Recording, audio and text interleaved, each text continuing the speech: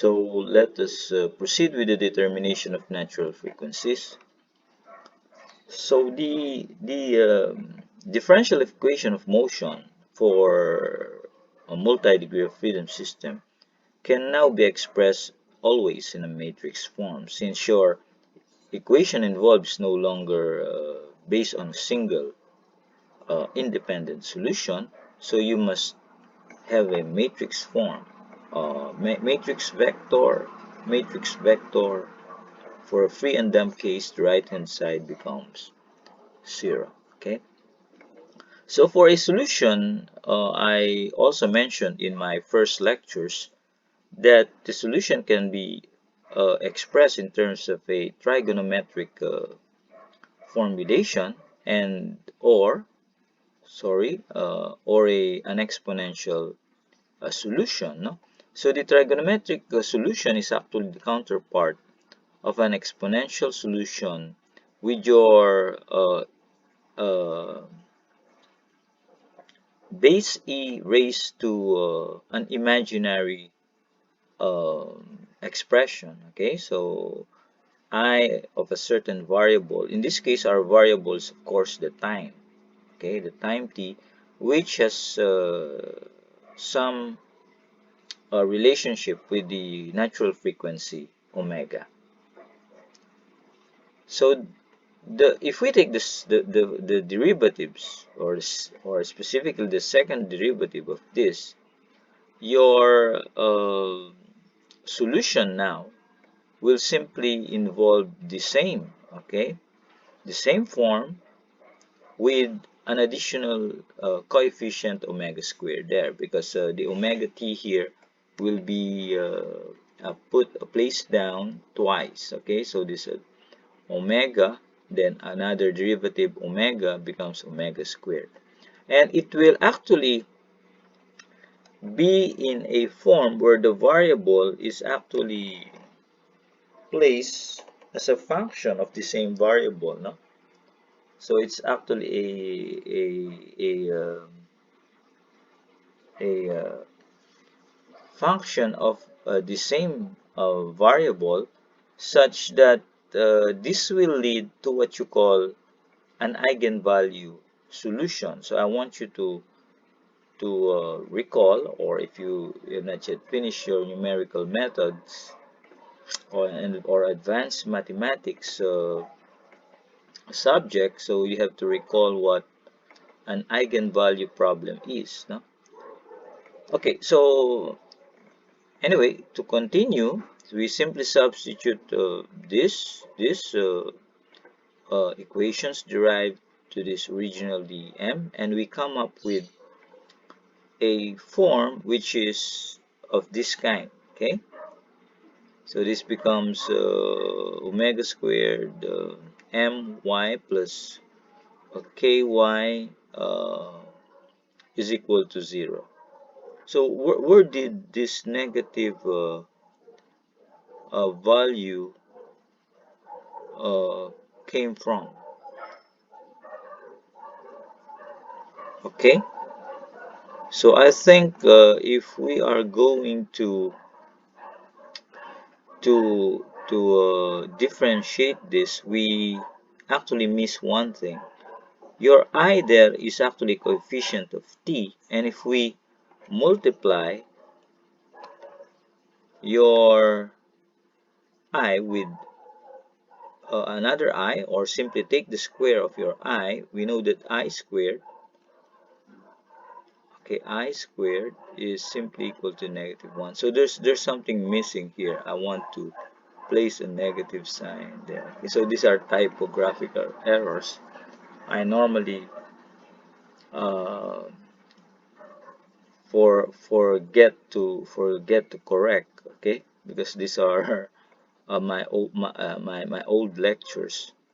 Okay, so this is a negative sign, and if we consider the negative sign, we simply put this in front. K minus omega squared my is equal to 0. You call this now an eigenvalue, not yet the eigenvalue, but leading to an eigenvalue form, which is this one. So this is an eigenvalue equation. And eigenvalue equations are simply uh, problems that constitute the determination of a series, okay, of values on the eigen function. You call this now an eigenfunction, okay? It's an eigenfunction or eigenvalue, yes, eigenfunction. It's a function, and we get values of omega such that this expression or function will be satisfied. Okay, so this is a simple homogeneous systems of equation or system of equation because this is a matrix, and for this system to have a solution, there must be a criteria such that the determinant of this value must not vanish. Okay, so it must not be sorry, the determinant of this value must be equated to 0. I stand corrected there, no?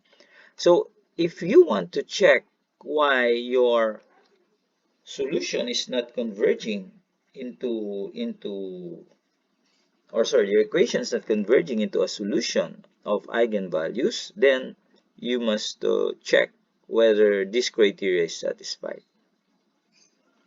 Okay, so for this solution to have uh, values on the eigen uh, variable, which is omega, so this must be equal to 0. The determinant of this must be equal to 0.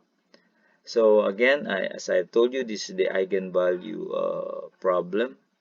And the values of omega squared that will make the determinant 0 are called eigenvalues. So if these eigenvalues are substituted back into the DM, the resulting vectors are called eigenvectors. Okay, so remember the terms. This is the eigenfunction, the eigenvalue equation, the eigenvalue omega, and the eigenvectors are the amplitudes. Okay, the resulting vectors amplitude are simply the eigenvectors, which is the vector A in this particular uh, equation.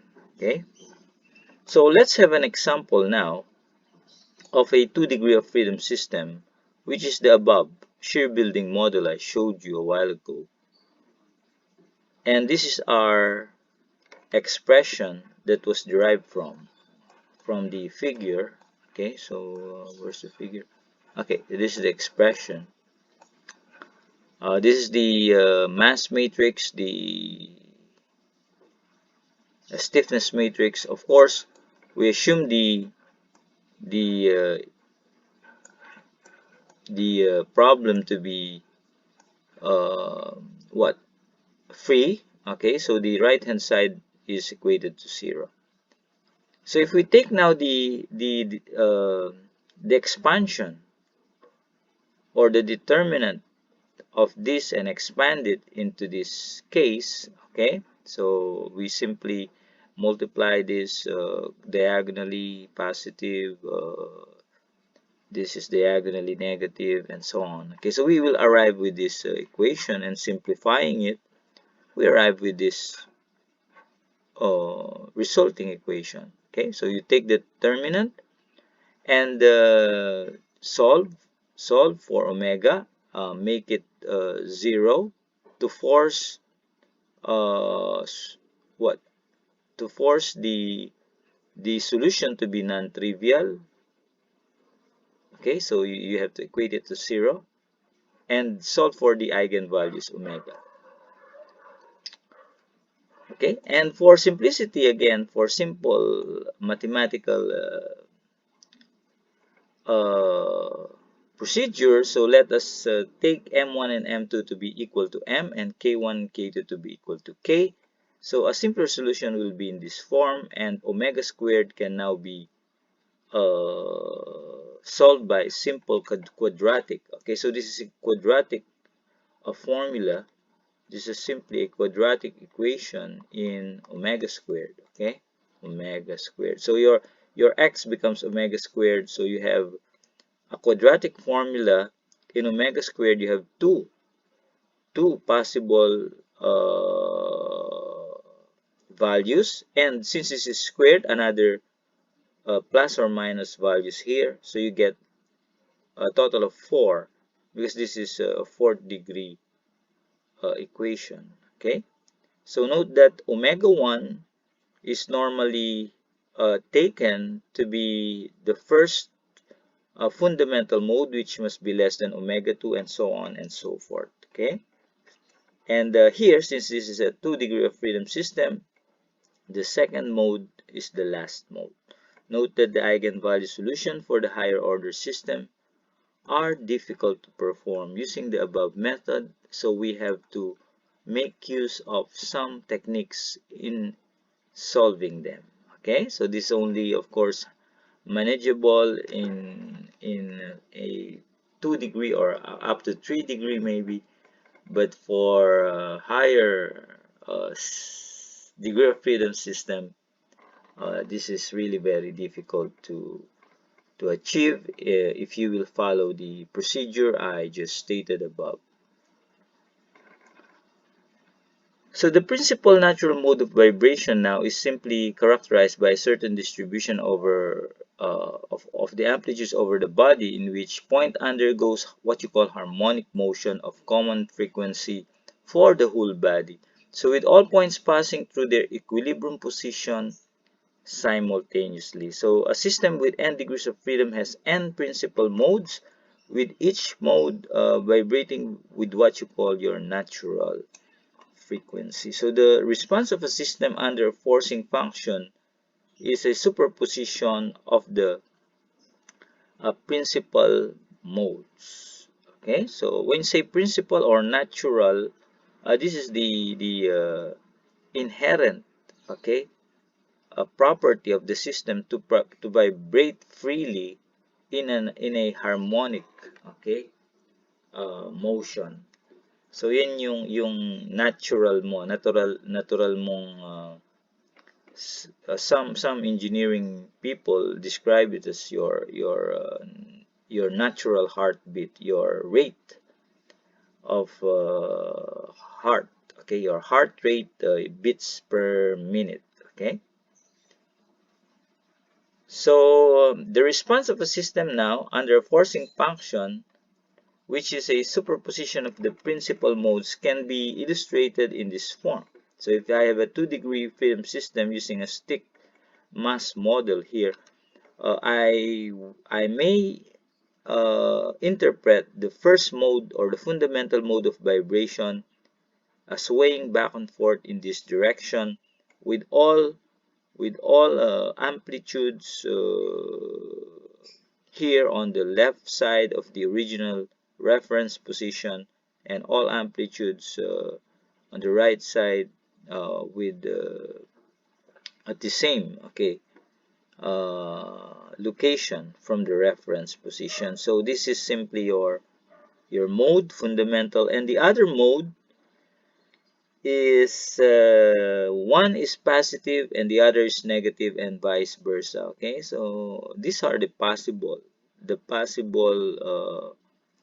ways on how to expect your system to vibrate if acted upon by a force. But of course, you cannot see it this way, since the final result will be a superposition of all of this. Okay, so notice that there's a stationary point in the second mode. No, so you just take a look at this, the stationary point at the second mode, and these masses actually pass, no, the equilibrium position simultaneously. So when this mass is here, this mass will be here. Okay, the number now the number of stationary point is simply equivalent to the number of degree of freedom minus 1. Okay, so if this is 2 minus 1, you have 1 stationary point that's not actually moving there. So note that the ratio of the amplitudes are constant at all times, and the characteristic shape, the modal vibrations given by the mode shape vector, which is the eigenvector of the system. Okay, so that is now the principle on the determination of frequencies. So I will be giving you an example of this on the next video.